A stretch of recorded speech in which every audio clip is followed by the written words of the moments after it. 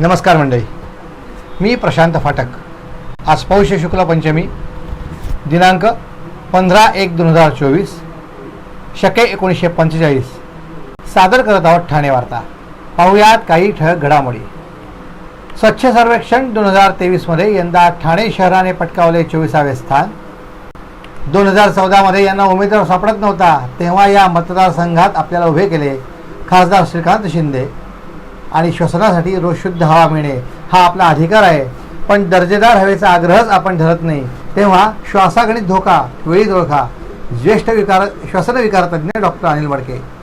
या आणि इतर घडामोडी विस्तृतपणे पण काही क्षणातच आमच्या फेसबुक, यूट्यूब आणि संकेतस्थळाला सबस्क्राईब करायला विसरू नका. आपण पाहत आहात श्री स्थानक वाहिनी, ठाणे जिल्ह्याचं मुख्य व्यासपीठ. ठाणे वार्ता पहा श्री स्थानक वाहिनीवर. आता सकाळी 9:15 पासून रात्री 9:15 पर्यंत ठाणे वार्ता, ठाण्यातील पहिलं दृकश्राव्य माध्यम.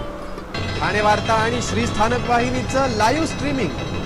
ठाणेवार्ता.com वरील लाईव्ह स्ट्रीमवर क्लिक करा आणि अगदी मोबाईलवरही ठाणे वार्ता श्री स्थानक वाहिनीचा आनंद लुटा. यासाठी आमचं ॲप डाउनलोड करा. ठाणे वार्ता पहा श्री स्थानक वाहिनीवर. आता सकाळी 9:15 पासून रात्री 9:15 पर्यंत ठाणे वार्ता, ठाण्यातील पहिलं दृकश्राव्य माध्यम. आपण पाहत आहात श्री स्थानक वाहिनी, ठाणे जिल्ह्याचं मुख्य व्यासपीठ.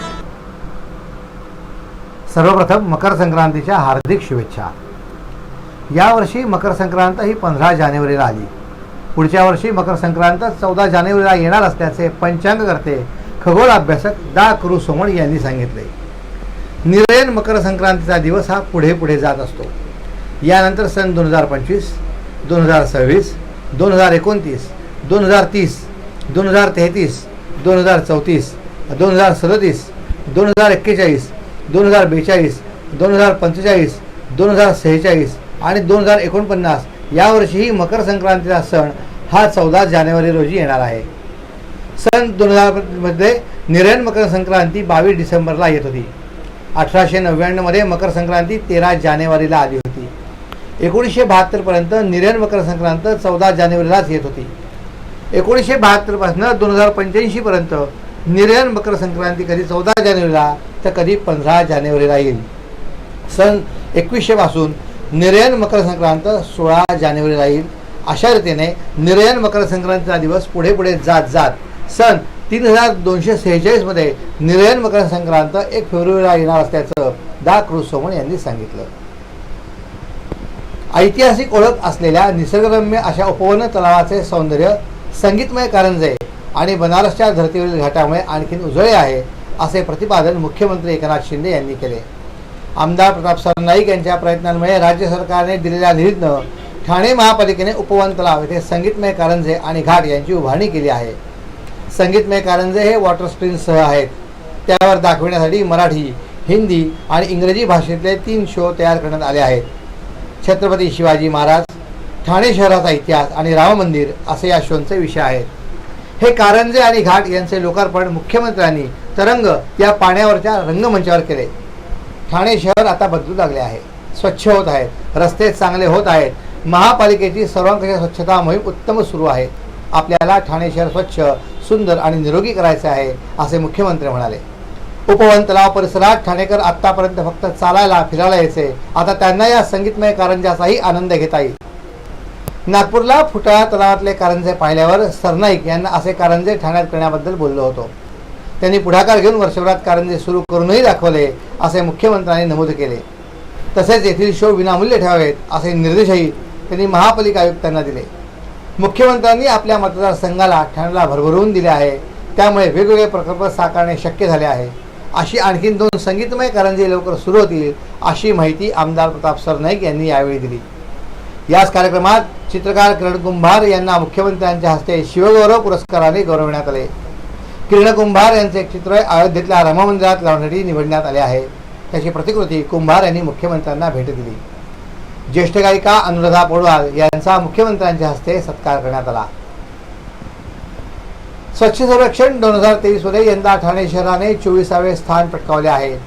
ठाणे महापालिका क्षेत्रात स्वच्छतेला दिलेले सर्वोच्च प्राधान्य, शहराची एकूण स्वच्छता आणि शौचालयांची स्वच्छता हे उद्दिष्ट ठेवून प्रामाणिकपणे केलेल्या प्रयत्नांची परिणती म्हणून स्वच्छ सर्वेक्षण 2023 मध्ये ठाण्याने उल्लेखनीय कामगिरी बजावली आहे.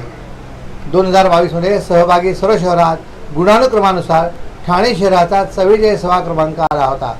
त्यावरून झेप घेत यंदा ठाणे शहराने 24वे स्थान पटकावले आहे. महापालिकेने वर्षभर स्वच्छतेसाठी निरनिराळे उपक्रम हाती घेतले. 150हून अधिक जागांवरचा कचरा टाकणे पूर्णपणे थांबवण्यात आले. तसेच घरोघरी कचरा संकलन करण्याची क्षमता वाढवून प्रत्येक घरी कचरा संकलन गाडी गेलीच पाहिजे या सूत्रानुसार कचऱ्याचे संकलन सुरू करण्यात आले. रस्ते सफाईच्या कामांना सकाळी 6 वाजता सुरुवात करून 8 वाजेपर्यंत मुख्य रस्त्यांची सफाई पूर्ण करणे, स्वच्छता कर्मचारी पूर्ण वेळ कर्तव्यावर हजर असणे, बाजारपेठा आणि दुकानांच्या परिसरात सायंकाळी आणि रात्री साफसफाई करणे, यांत्रिक सफाईला सुरुवात अशा सर्वांगीण प्रयत्नांचे फलस्वरूप म्हणून स्वच्छ सर्वेक्षण 2023 मध्ये ठाणे शहराची कामगिरी मोठ्या प्रमाणावर सुधारली आहे. स्वच्छता सर्वेक्षण 2023 मध्ये देशातील 446हून अधिक शहरात ठाण्याला 24वा क्रमांक मिळाला आहे. गेल्या वर्षी 427 शहरात ठाणे शहराला 44वा क्रमांक मिळाला होता. 1 लाखांपेक्षा जास्त लोकसंख्या असलेल्या शहरात ठाण्याचे स्थान 24वे आहे, तर 10 लाखांपेक्षा जास्त लोकसंख्या असलेल्या शहरांच्या यादीत ठाण्याला 14वे स्थान मिळाले आहे, असे महापालिका आयुक्त अभिजित बांगर यांनी स्पष्ट केले. सफाई कर्मचाऱ्यांच्या परिश्रमामुळे ठाणे शहर बदलते आहे, स्वच्छ होते आहे याची जाणीव ठेवून त्यांच्याविषयी कृतज्ञता व्यक्त करून अधिक जबाबदारीने वागू आणि पुढील सर्वेक्षणात देशातल्या पहिल्या 10 स्वच्छ शहरात येण्याकरता प्रयत्न करू, अशी ग्वाही आयुक्तांनी दिली. ODF म्हणजे हागणदारी मुक्त श्रेणीतल्या सर्वोच्च असा वॉटर प्लस शहरात ठाण्याला प्रथमच मिळू शकला आहे. पाण्याचे नियोजन, प्रक्रिया केलेल्या पाण्याचा पुनर्वापर, सांडपाण्यावर प्रक्रिया या मुद्द्यांवर वॉटर प्लस शहराचे मूल्यांकन केले जाते. हागणदारी मुक्तता, मलनिस्सारण प्रकल्पांची कार्यक्षमता याबाबत ठाणे महापालिका क्षेत्रातली कामगिरी चांगली असल्याने शहराला प्रथम ODF ट्रिपल+ हा बहुमान मिळाला होता. आता त्यापुढील वॉटर प्लस मानांकन मिळालं असल्याचं यावेळी सांगण्यात आलं. स्वामी विवेकानंद यांनी काली मातेकडे प्रार्थना करताना ज्ञान दे, बुद्धी दे, वैराग्य दे असे मागणे मागितले होते. विवेकानंदांना स्वतःची ओळख कळली होती. अध्यात्म हेच जीवन कार्य असल्याचे त्यांना ओळख झाली. यामुळे स्वामी विवेकानंद आध्यात्मिक गुरु होऊ शकले. स्वामी विवेकानंदांप्रमाणेच आयुष्यात काय करायचे ते समजायला हवे, त्यासाठी स्वतःची ओळख कळायला हवी, तरच आयुष्यात यशस्वी होता येते, असे मत ज्येष्ठ लेखक कादंबरीकार प्राध्यापक प्रदीप ढवळे यांनी व्यक्त केले. आनंद विश्वगुरुकुल ज्येष्ठ रात्र महाविद्यालयाच्या वतीने स्वामी विवेकानंद जयंतीनिमित्त राष्ट्रीय युवादिनी राष्ट्रीय सेवा योजना प्रायोजित प्रदीप ढवळे यांच्या नरेंद्र ते विवेकानंद एक झंझावात या विषयावर व्याख्यानाचे आयोजन करण्यात आले होते. त्यावेळी ते बोलत होते. वडील वारले, काकांनी घराबाहेर काढले, 2 बहिणी आणि आई यांना घेऊन दारोदार फिरत नोकरी शोधत बिकट आयुष्य जगत असताना आपले गुरु रामकृष्ण परमहंस यांना भेटण्यासाठी विवेकानंद आले असताना परमहंसांनी काली मातेकडे आयुष्यातल्या सुखसमृद्धीविषयी प्रार्थना करण्याविषयी सुचविले. यानुसार विवेकानंदांनी साक्षात प्रसन्न झालेल्या काली मातेकडे प्रार्थना करताना आयुष्यातल्या सुखसमृद्धीऐवजी मला ज्ञान दे, बुद्धी दे, वैराग्य दे असे मागणे मागितले. अध्यात्म हेच जीवन कार्य असल्याची त्यांना ओळख झाली होती. यामुळे स्वामी विवेकानंद आध्यात्मिक गुरु होऊ शकले. भारतभर भ्रमण करताना विवेकानंदांचे आध्यात्मिक विचार पक्के झाले. यामुळेच अमेरिकेतल्या सर्वधर्म सभेतील आपल्या 11 भाषणात स्वामी विवेकानंद जागतिक सर्वधर्म सभेतील विद्वानांना जगाला खरा धर्म समजावू शकले. स्वामी विवेकानंदांप्रमाणेच आयुष्यात काय करायचे ते समजायला हवे, त्यासाठी स्वतःची ओळख कळायला हवी, तरच आयुष्यात यशस्वी होता येते, असे मत प्राध्यापक प्रदीप ढवळे यांनी व्यक्त केले. 2014 मध्ये यांना उमेदवार सापडत नव्हता, तेव्हा या मतदारसंघात आपल्याला उभे केले, अशी प्रतिक्रिया खासदार श्रीकांत शिंदे यांनी व्यक्त केली. इकडे आल्यानंतरच त्यांची परिस्थिती काय आहे हे त्यांना समजले असेल. अंबरनाथ, उल्हासनगर असे सर्व पक्ष एकत्र केले. उभाठा, NCP, काँग्रेस, वंचित आणि आप या सगळ्यांना जरी एकत्र केले तरी 200-300 लोक एकत्र झाले नाहीत. जेव्हा यादी आमच्यासोबत यायचे तेव्हा त्यांना आठवले असे की लोक कसे त्यांचे स्वागत करायचे. त्यांना गल्लोगल्ली फिरावे लागते तर त्यांचे स्वागत आहे. तेच शब्द टोमणे ऐकून कंटाळा आला, अशी प्रतिक्रिया शिंदे यांनी दिली. आम्हाला सांगितलं असतं तर लोक पाठवली असती त्या ठिकाणी. गल्लोगल्ली फिरून देखील लोकांचा प्रतिसाद मिळत नाही. 2014 मध्ये यांना उमेदवार सापडत नव्हता तेव्हा मुख्यमंत्री एकनाथ शिंदे यांनी मला त्या ठिकाणी उभे केले.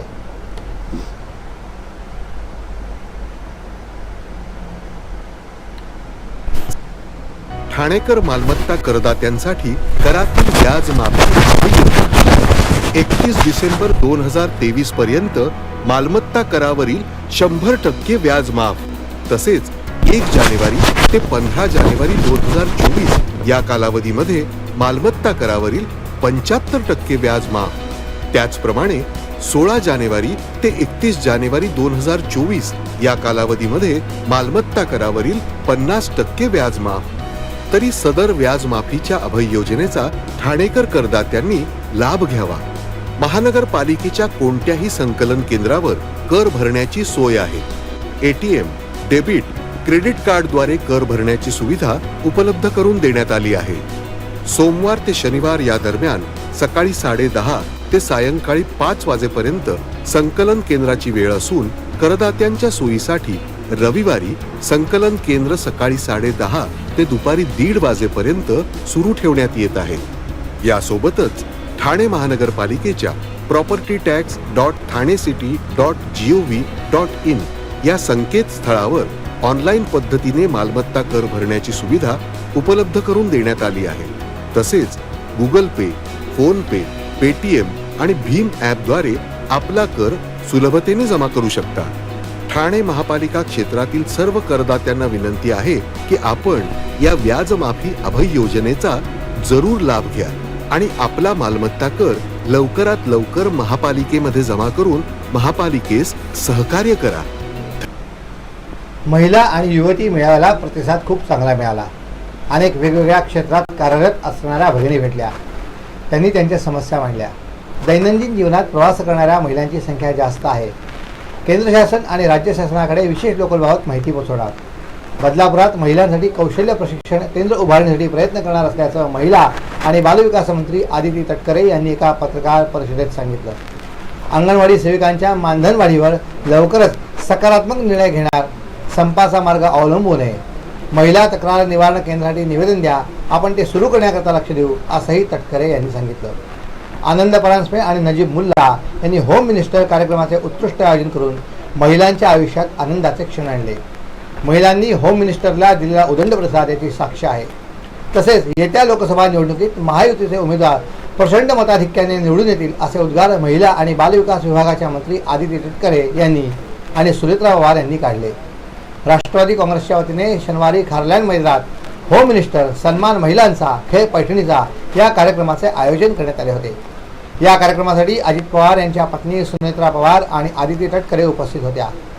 महिलांना घरच्या कामातून विश्रांती देत मनोरंजन करण्याचे आणि महिलांच्या आयुष्यात 2 क्षण आनंदाने आणण्याचे महत्त्वपूर्ण काम होम मिनिस्टर करत आहे. त्यामुळे महिलांना होम मिनिस्टर कार्यक्रम खूप आवडतो. आज या महिलांचे अहो असते तर त्यांनाही महिलांचा हा उत्साह आनंद पाहून समाधान वाटले असते असे तटकरे यांनी यावेळी सांगितलं. जसजशा निवडणुका जवळ येतील तसतसे महायुती विरोधात वक्तव्य होतच राहतील. पण ज्या महायुतीच्या उमेदवारांना वरिष्ठ नेतृत्व संधी देईल त्यांना सर्व जनता मतदार विजयाचा कौल देऊन अधिकाधिक मताधिक्याने निवडून देतील असे मत आदिती तटकरे यांनी व्यक्त केले. तर होम मिनिस्टर कार्यक्रम आयोजित करून मनोरंजनाच्या माध्यमातून महिलांच्या आयुष्यात विरंगुळा निर्माण केला आहे. मकर संक्रांतीच्या निमित्ताने सर्व महिलांना शुभेच्छा देते आणि अजितदादांच्या पाठीशी भक्कमपणे उभे राहा अशी विनंती करते असे आवाहन सुनेत्रा पवार यांनी केलं. श्वसनासाठी रोज शुद्ध हवा मिळणे हा आपला अधिकार आहे. आपल्याला अन्न पाणी दर्जेदार हवे असते पण दर्जेदार हवेचा आग्रहच आपण धरत नाही. आज प्रत्येक श्वास प्रदूषित ठरतोय तरी आपण अनभिज्ञ असून आपल्याला याची काळजी किंवा तमा नाही. तर श्वासागणिक धोका वेळीच ओळखा असे कळकळीचे आवाहन ज्येष्ठ श्वसन विकार तज्ज्ञ डॉक्टर अनिल मडके यांनी केले. रामभाऊ म्हाळगी स्मृती व्याख्यानमालेतले 5वे पुष्प डॉक्टर अनिल मडके यांनी गुंफले. व्याख्यानाच्या प्रारंभी मान्यवरांना वृक्षभेट देऊन डॉक्टर अनिल मडके यांनी पर्यावरणाचा संदेश दिला. तसे अनेक जागतिक संदर्भात अग्नीचा शोध लागल्यानंतर पहिल्या औद्योगिक क्रांतीनंतर आणि विविध नैसर्गिक आपत्ती ओढवल्यामुळे वायू प्रदूषणाचा परिणाम जाणवू लागल्याचे सोदाहरण स्पष्ट केले. यात निसर्ग अतिरेकी नाही तर माणूस अतिरेकी आहे. हवा प्रदूषणाला 10% निसर्ग तर 90% माणूस जबाबदार आहे. तेव्हा वायू प्रदूषणाच्या धोक्यांवर आज जगभर चर्चा होत आहे. मात्र आपण आजही दूर आहोत अशी खंत त्यांनी व्यक्त केली. आपल्या जगण्यात श्वसन एवढे महत्त्वाचे असताना आपण त्याबद्दल संवेदनशील आणि जागरूक नाही. श्वास म्हणजे वारा ही देवाने फुकट दिलेली गोष्ट आहे. सारासार विचार करता प्रत्येक माणूस एका मिनिटाला 12 वेळा श्वास घेतो तर दिवसाला सरासरी 10,000 लिटर हवा फुफ्फुसात घेतो आणि तेवढीच बाहेर सोडतो. आपली जीवनशैली अगदी रोजचा स्वयंपाक, वाहन चालवणे, औद्योगिक क्षेत्रातली कामे, शेतात वापरली जाणारे कीटकनाशके, डासांसाठी वापरले जाणारे मॉस्किटो रिपेलेंट अशा अगणित बाबींमुळे हवेचे प्रदूषण होत आहे. दुर्दैवाने हीच प्रदूषित हवा आपल्या अनारोग्यास, मानसिक तणावास कारणीभूत ठरत आहे. शहरांमध्ये जागा तेवढीच आहे आणि लोकसंख्या वाढत आहे. गेल्या 4 दशकांमध्ये तापमान वाढल्याने ग्लोबल वॉर्मिंग वाढत आहे. 2022 पर्यंत कार्बन डायऑक्साईड वाढला आहे. भारताचे दरडोई कार्बन उत्सर्जन 1.50 टन आहे. त्यामुळे वेदर नव्हे तर क्लायमेट सुधारले पाहिजे असे नमूद करून मडके आणि प्रदूषणात दिल्ली पाठोपाठ मुंबई असून हवा प्रदूषणामुळे मानवांना अनेक आजारांचा सामना करावे लागत असल्याचे सांगितले. तेव्हा हवा प्रदूषणाचे हे संकट थेट आपल्या श्वासाशी संबंधित असल्याने वेळेत जाग घेऊन निसर्गाला जपा असे आर्जव डॉक्टर मडके यांनी केले. मकर संक्रांतीच्या पार्श्वभूमीवर बाजारपेठा विविध प्रकारच्या वस्तू आणि हलव्याच्या दागिन्यांनी सजल्या असून हलव्याच्या दागिन्यांना यंदा अधिक पसंती मिळत आहे. लहान बाळांना, नववधूंना या सणाला हलव्याचे दागिने दिले जातात. याच पार्श्वभूमीवर बाजारात सध्या विविध प्रकारचे काटेरी हलव्याचे दागिने विक्रीकरता उपलब्ध झाले आहेत. पांढरा शुभ्र अशा काटेरी हलव्यापासून सुरेख असे दागिने घडविण्यात आले आहेत. लहान मुलांसाठी बाळकृष्णा सेट तर मुलींसाठी राधा सेट बाजारात उपलब्ध आहेत. त्याचप्रमाणे फूल, मिनी आणि सौभाग्य सेट असे प्रकार आहेत. पुठ्ठ्याचा वापर करून काही सेट तयार केले आहेत तर काही चक्क काटेरी हलवा ओवून त्यापासून दागिने बनवण्यात आले आहेत. माळेला शाहीहार, राणीहार, चोकर, मेखला, मंगळसूत्र, बांगड्या, बिंदी, झुमके, अंगठी आणि नथ असे विविध दागिने बाजारात संक्रांतीसाठी खास करून दाखल झाले आहेत. जावयासाठी मोठा हार आणि नारळ हे खास करून बनवण्यात आला आहे. यांच्या किमतीमध्ये साधारणतः 10% वाढ झाली असून यातून काही गृहिणींना रोजगाराची संधी उपलब्ध होत असल्याची माहिती विक्रेत्या दर्शना तंटक यांनी दिली. ठाण्याचे भूषण असलेल्या दादोजी कोंडे क्रीडा प्रेक्षागृहात खेळाडूंना अधिकाधिक सेवा सुविधा उपलब्ध व्हाव्यात याकरता अनेक कामे हाती घेण्यात आली आहेत. याचाच एक भाग म्हणून स्पोर्ट लाइटिंग अंतर्गत आंतरराष्ट्रीय दर्जाचे हायमास बसवण्यात आले असून या हायमासचे उद्घाटन खासदार श्रीकांत शिंदे यांच्या हस्ते झाले. दादोजी कोंडे क्रीडा प्रेक्षागृहात अनेक खेळाडू विविध खेळांसाठी येत असतात. या खेळाडूंना आवश्यक सेवा सुविधा उपलब्ध व्हाव्यात यासाठी महापालिकेच्या माध्यमातून आवश्यक कामे सातत्याने केली जातात. या ठिकाणी रात्रीच्या वेळी पुरेसा प्रकाश मिळावा याकरता नुकतेच स्पोर्ट लाइटिंग अंतर्गत आंतरराष्ट्रीय दर्जाचे हायमास बसवण्यात आले असून या अंतर्गत एकूण 4 हायमासचा समावेश असून त्याची 62 मीटर इतकी उंची आहे.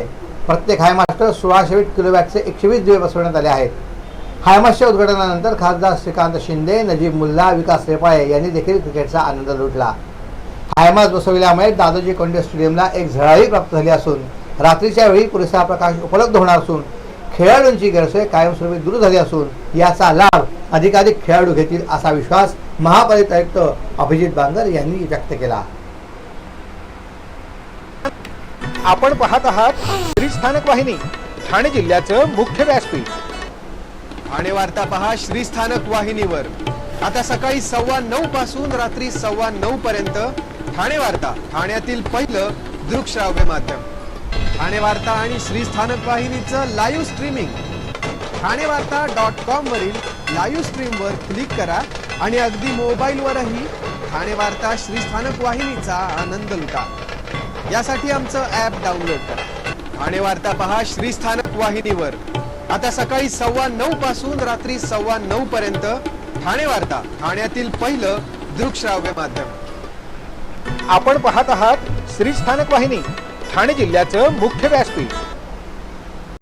आपण आपले कार्यक्रम अथवा बातम्या आम्हाला ठाणेवार्ता@gmail.com या आमच्या ईमेलवर कळवू शकता. ठळक घडामोडी शेवटी पुन्हा एकदा स्वच्छ सर्वेक्षण 2023 मध्ये यंदा ठाणे शहराने पटकावले 24वे स्थान.